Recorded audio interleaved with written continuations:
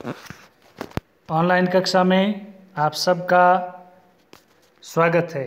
कक्षा 9 में विषय सामाजिक विज्ञान पाठ 1 फ्रांसीसी क्रांति चैप्टर 2 क्रांति की शुरुआत।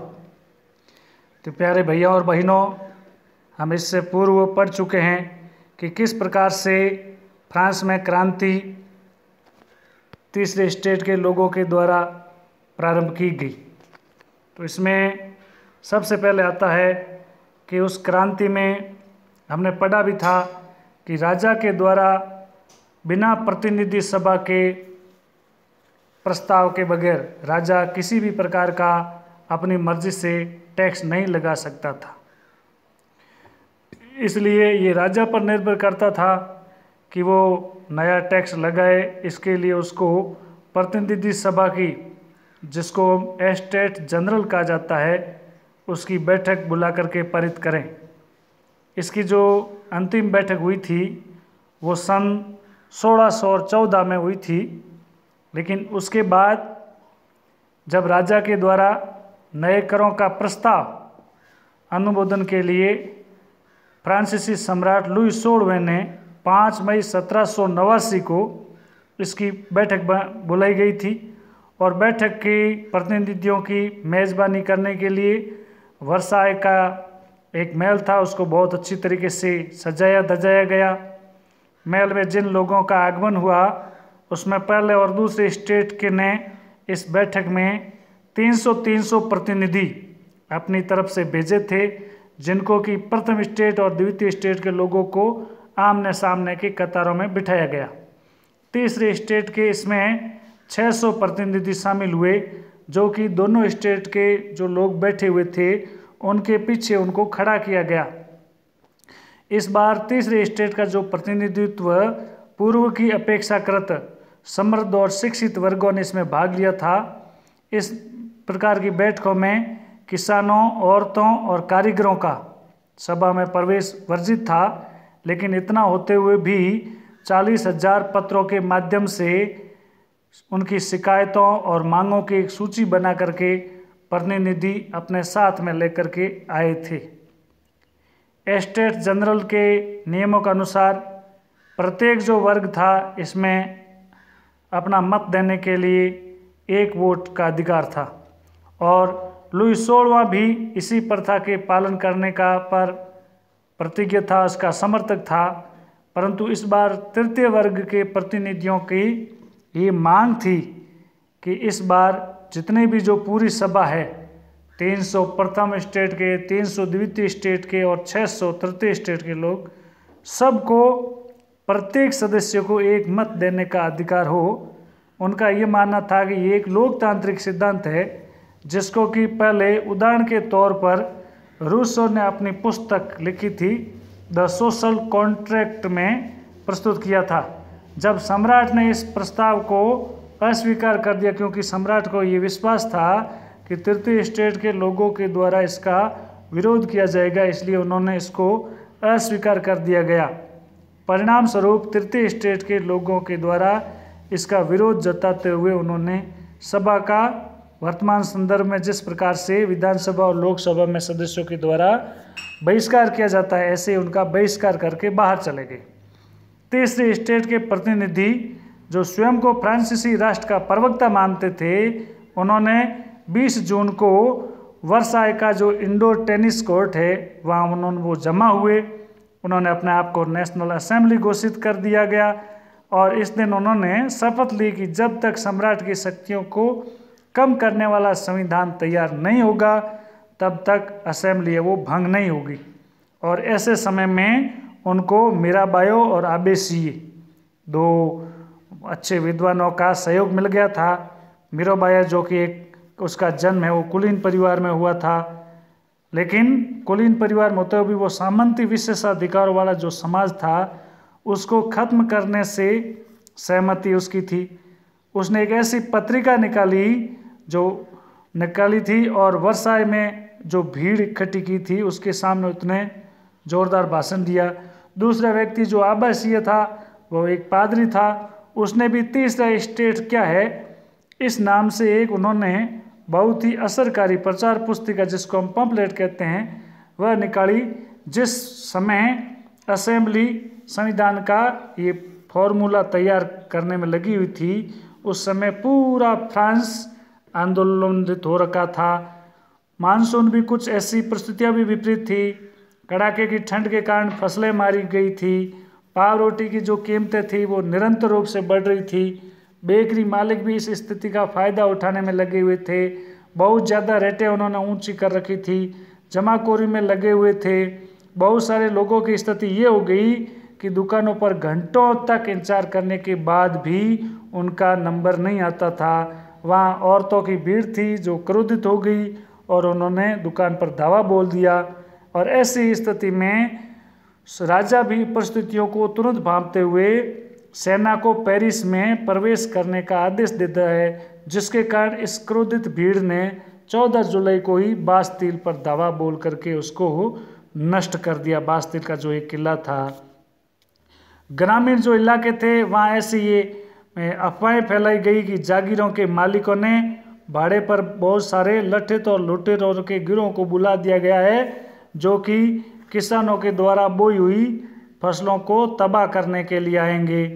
और जिसके कारण कई जिलों में भय के मारे होकर किसानों ने कुदालियां और बेल से लेकर के गाँव में जितने भी किले थे उन पर आक्रमण कर लिए गए और उनके जो अन्न के भंडार थे उन भंडारों को लूट लिए गए। लगान से संबंधित जितने भी प्रकार के जो दस्तावेज थे उनको जला करके राख कर दिया गया। कुलीन बड़ी संख्या में अपनी जागीरें छोड़ करके डर के मारे उनको भाग गए।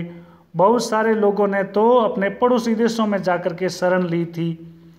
अपनी ऐसी ही विद्रोही प्रजा की शक्ति का अनुमान सम्राट को तुरंत हो गया। लुई 16वें ने अंत में हार मान करके नेशनल असेंबली को मान्यता दे दी और मान लिया कि अब उसकी सत्ता पर संविधान का अंकुश रहेगा। 4 अगस्त 1789 की रात को ही असेंबली ने करों, कर्तव्यों और बंधनों वाली सामंती व्यवस्था के उन्मूलन का आदेश पारित किया। पादरी वर्ग के लोगों को भी अपने विशेषाधिकारों को छोड़ देने के लिए मजबूर किया गया। साथ ही साथ जो धार्मिक कर था उसको भी समाप्त कर दिया गया और चर्च के स्वामित्व वाली जितनी भी भूमि थी वो जब्त कर ली गई। और इस प्रकार कम से कम 20 अरब लेवरे की जो संपत्ति थी वह सरकार के हाथ में आ गई थी। और इस प्रकार से जो फ्रांस है वह राजतंत्र से संवैधानिक राजतंत्र बनने की तरफ अग्रसर हो गया। किस प्रकार से?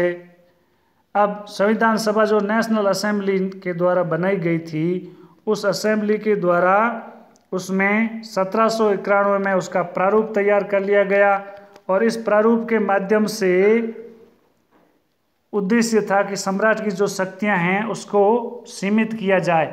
शक्तियों का जो केंद्रीकरण है वो एक व्यक्ति के हाथ में नहीं होकर के उसका विभाजन हो, विधायिकाएं, कार्यपालिका और न्यायपालिका में हो, जिसके कारण शासन के कार्य में भी सुविधा हो। और इस प्रकार से ये संवैधानिक राजतंत्र आ गया।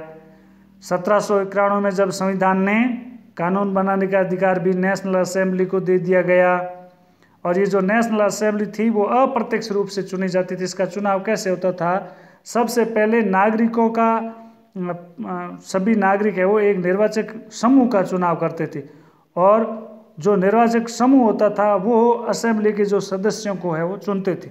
सभी नागरिकों को फ्रांस में भी मतदान का अधिकार नहीं था।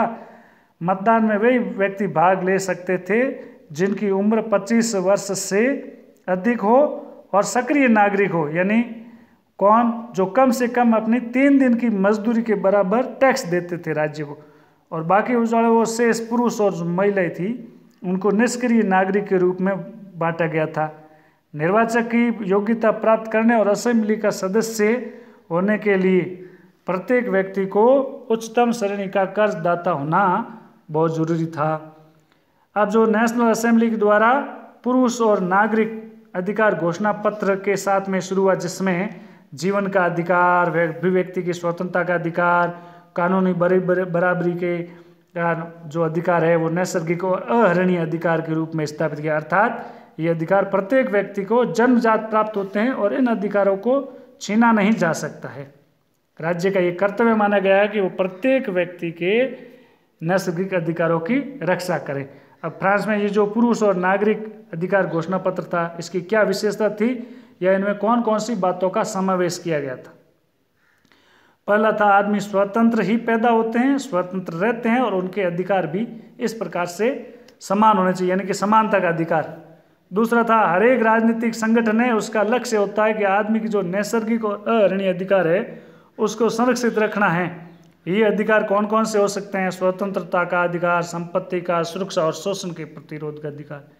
तीसरा है, समग्र प्रभु सत्ता का स्रोत राज्य में है, कोई भी समूह या व्यक्ति ऐसा आदमी का अनाधिकार प्रयोग नहीं करेगा जिसे जनता की सत्ता की स्वीकृति नहीं मिली हो।